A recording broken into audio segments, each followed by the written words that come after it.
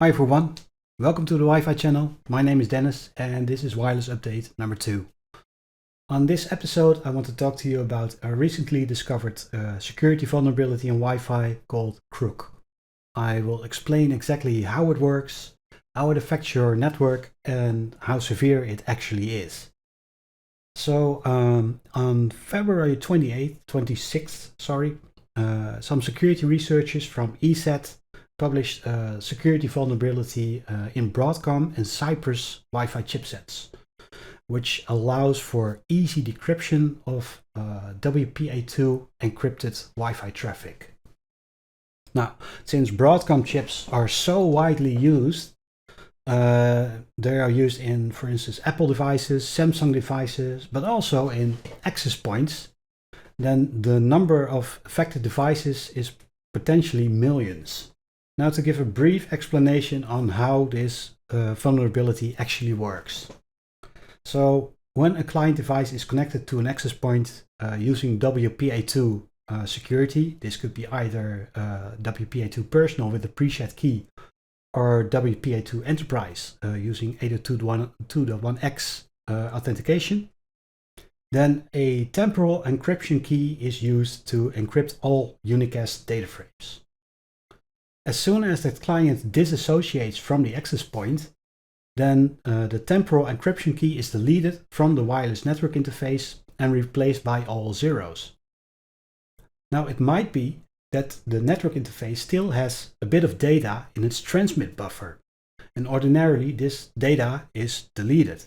But in the case of the Broadcom and the Cypress Wi-Fi chipsets, these researchers actually discovered that the data in the transmit buffer was actually still being transmitted using the all zeros key.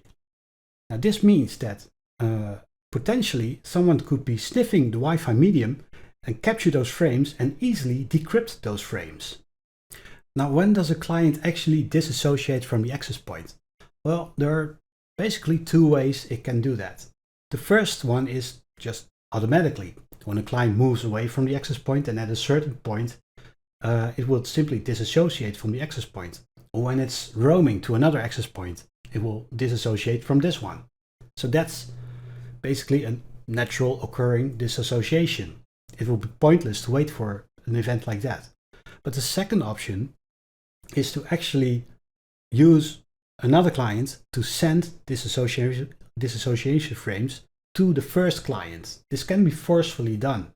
So basically, an attacker could send a disassociation frame to that client, thus forcing it to delete the encryption key and send the remainder of the data in the transmit buffer with the all zeros key. So how serious is this vulnerability? Well, let's first look at the CVSS score that this vulnerability has gotten.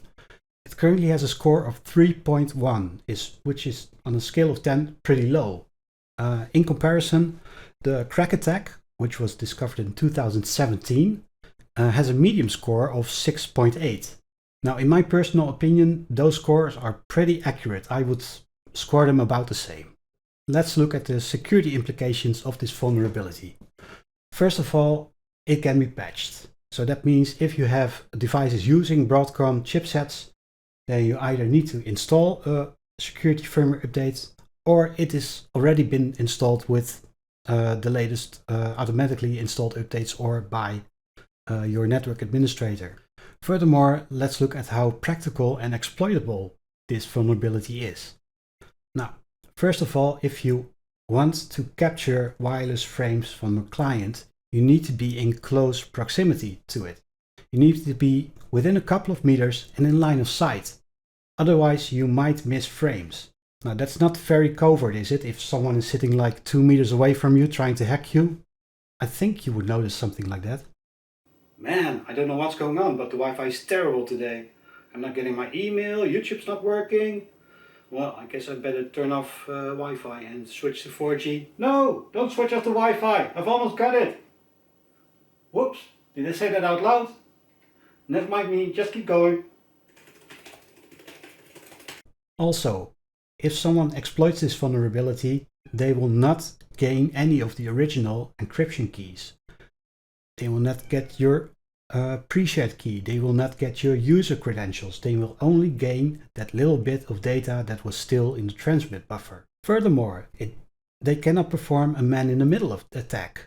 So they cannot insert any data. They cannot insert or execute any code. They will only retrieve that little bit of data.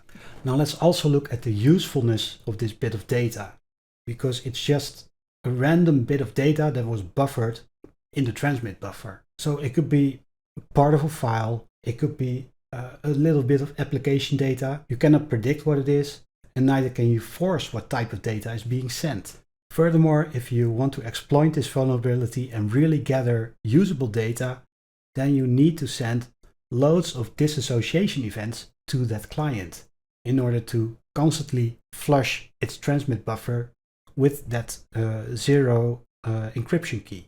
This has some effect on the client as well, because if you have a wireless client that's constantly being disassociated from its access point, then at some point it will simply stop trying to reassociate. Or if the device is not stopping the reassociation, then the user will, because if you're looking at your phone and you're constantly being disconnected from the Wi-Fi, then at some point you will just connect to a different SSID or just turn off Wi-Fi altogether and connect to 4G or 5G. And lastly, let's put this in a different perspective as well, because we're talking about a small fragment of data that's easily decrypted.